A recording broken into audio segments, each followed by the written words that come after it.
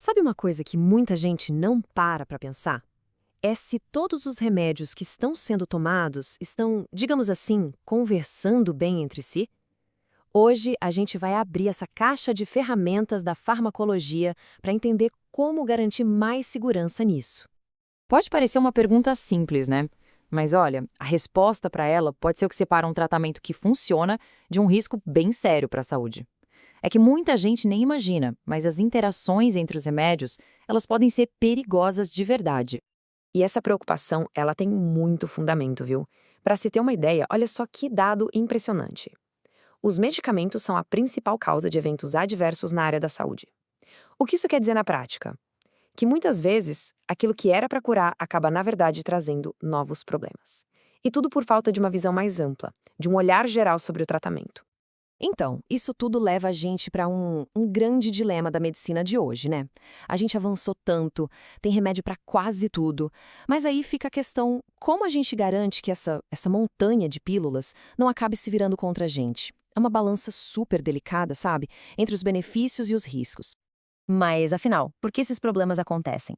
Bom, tem vários motivos. Um deles é o que a gente chama de polifarmácia, que é basicamente quando se toma 4, 5, vários remédios todo dia. Aí soma isso a um cuidado fragmentado. Sabe como é? Cada especialista cuida de uma parte, mas eles não conversam entre si. O resultado é uma confusão de informações, uma teia de dados perdidos.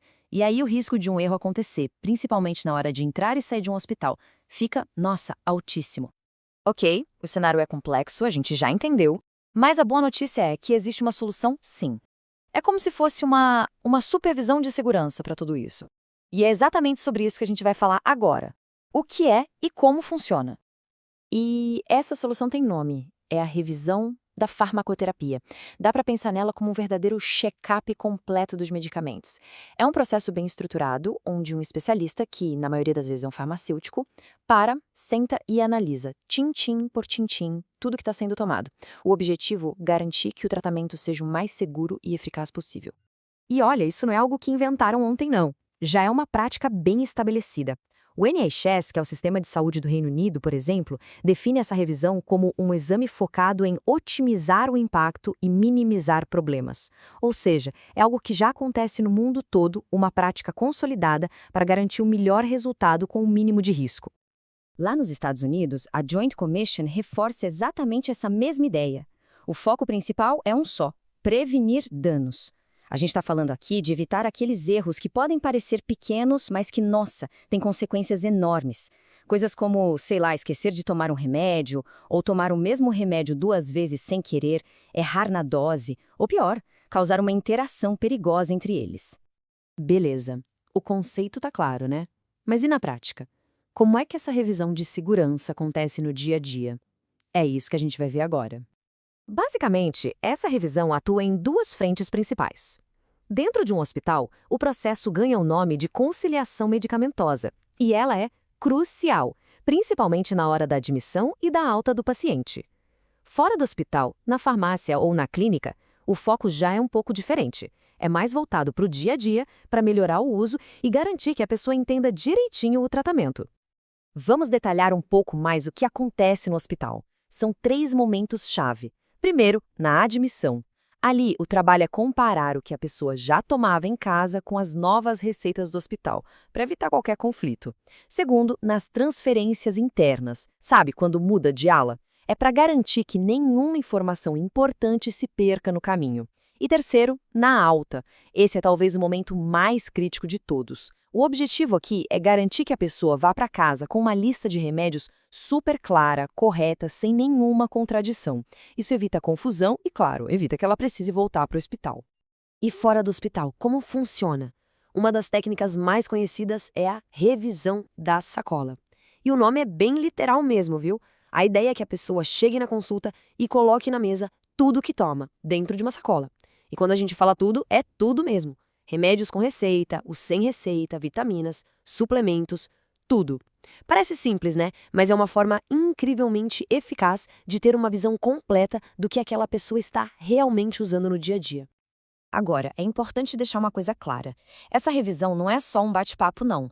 Os farmacêuticos, que são os especialistas nisso, usam ferramentas muito específicas, todas baseadas em evidências científicas, para ter certeza de que nada, absolutamente nada, passe despercebido. E esse é um ponto-chave, sabe? Não é um processo que se baseia em achismo, em opinião. Pelo contrário, é algo super sistemático que usa métodos e critérios já comprovados para garantir a segurança. Não é uma olhadinha superficial, é uma análise profunda. Mas que ferramentas são essas, afinal? Bom, existem várias. Por exemplo, os critérios Start-Stop. Imagina um semáforo para medicamentos, especialmente para idosos. O Start, o sinal verde, indica tratamentos que talvez estejam faltando. Já o Stop, o sinal vermelho, aponta aqueles que provavelmente deveriam ser interrompidos. Outra ferramenta são os critérios de Beers-Fest, que funcionam como uma lista de alerta, sabe? Apontando remédios que podem ser mais arriscados para pacientes mais velhos. E tem também a ferramenta NTears, que é um guia sensacional para guiar a conversa com o paciente. A sigla é em inglês, mas a lógica funciona em qualquer lugar do mundo. Vamos passar rapidinho por ela. N é de necessidade. Esse remédio é realmente necessário? O é de Open Questions, ou seja, perguntas abertas, para ouvir o que a pessoa tem a dizer. T é de testes e monitoramento, para checar se está tudo sendo acompanhado. E é de evidências, para ver se o tratamento está alinhado com o que a ciência diz de melhor. A vem de eventos adversos, para investigar qualquer reação. E para fechar, R de redução de risco e S de simplificação. A ideia é sempre buscar o caminho mais seguro e mais simples. Ok, tudo isso é super interessante, mas a pergunta que fica é: como usar toda essa informação para a própria proteção? Bom, é exatamente sobre isso que a gente vai falar na nossa última parte, sobre como assumir o controle e ser uma parte ativa da própria segurança. Então, o que dá para fazer na prática? Primeiro, manter uma lista completa e sempre atualizada de todos os medicamentos. Segundo, levar todas as embalagens, incluindo vitaminas e suplementos, para as consultas médicas. Lembra da revisão da sacola? É isso. E talvez o mais importante de tudo, não ter medo de perguntar. Pedir uma revisão dos medicamentos para o farmacêutico ou para o médico, especialmente depois de sair do hospital. E sempre, sempre questionar sobre prescrições novas. A informação é a maior aliada nesse processo. Então, para a gente fechar, fica aqui uma reflexão. Nesse mundo em que os tratamentos estão cada vez mais complexos, fazer um check-up dos medicamentos não é nenhum luxo, sabe? É uma parte essencial do cuidado com a saúde. Fica a pergunta no ar. Será que não está na hora de todo mundo pensar em fazer um check-up desses?